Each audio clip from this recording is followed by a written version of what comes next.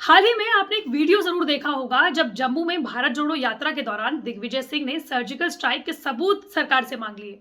कांग्रेस को इस बयान से होते हुए नुकसान का पता चला और हुआ ये कि जैसे ही दिग्विजय सिंह से पत्रकारों ने फिर से ये सवाल किया तो कांग्रेस के कम्युनिकेशन इंचार्ज जयराम रमेश पूरे मामले में कूद पड़े और दिग्विजय सिंह से माइक हटाते हुए बोल पड़े, इनफ। आगे बढ़े उससे पहले बता दें, बिस्तक पर 1 फरवरी को बजट कवरेज में जुड़िए। क्या इनकम टैक्स की धारा 80C की सीमा बढ़ाई जाएगी? नई टैक्स व्यवस्था के तहत टैक्स रेट बदले जाएंगे? आप अपनी राय हाँ या ना में दर्ज करवा सकते हैं प्रोबो पर, जो हमारे ओपिनियन पार्टनर हैं। लिंक डिस्क्रिप्शन बॉक्स में।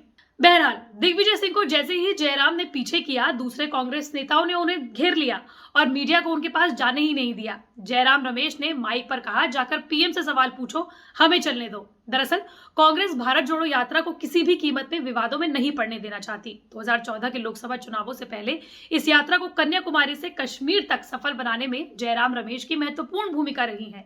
लेकिन कौन है जयराम रमेश, चलिए बताते हैं आपको इसी वीडियो में। नमस्कार, मैं हूं आपके साथ श्रेया बहुगुणा और आप देख रहे हैं न्यूज तक।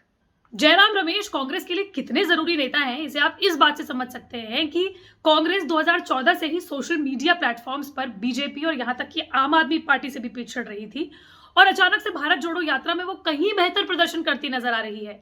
चाहे भारत जोड़ो यात्रा में राहुल गांधी के परिवार, नेताओं या आम लोगों के साथ हल्के फुल्के पल हो या फिर राहुल गांधी के जोरदार भाषण, पिछले 3 महीनों से भारत जोड़ो यात्रा की सोशल मीडिया पर धूम है और इसका श्रेय जाता है कांग्रेस के कम्युनिकेशन इंचार्ज और महासचिव जयराम रमेश को, जिन्हें कांग्रेस ने मार्च और अप्रैल 2022 के बीच में ऐसे विभाग की सुधार की जिम्मेदारी सौंपी जिसे लंबे समय से पार्टी की कमजोर कड़ी माना जा रहा था।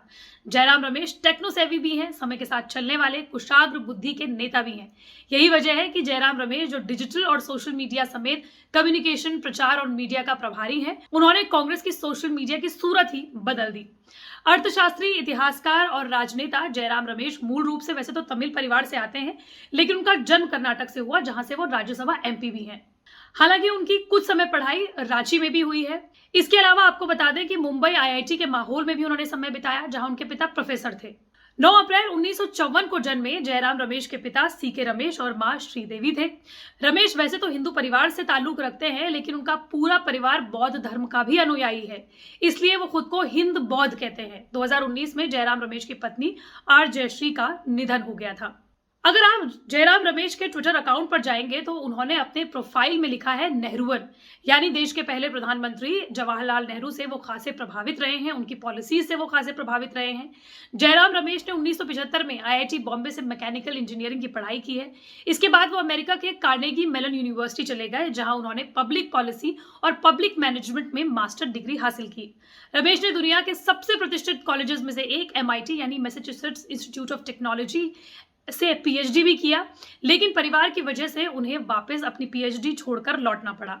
हालांकि जयराम रमेश अपने कई इंटरव्यूज में बता चुके हैं कि उन्होंने आईआईटी मुंबई में दाखिला सिर्फ इसलिए लिया क्योंकि वो एक अच्छा कॉलेज नहीं था, बल्कि उनके पिता चाहते थे कि वो वहां से बीटेक करे। जयराम रमेश को शुरुआत से ही अर्थशास्त्री बनना था। यही वजह है कि 1969 में भारत लौटने से पहले उन्होंने विश्व बैंक में भी काम किया। रमेश का करियर काफी अलग रहा है, डिफरेंट रहा है, अलग अलग भूमिकाओं से भरा रहा है।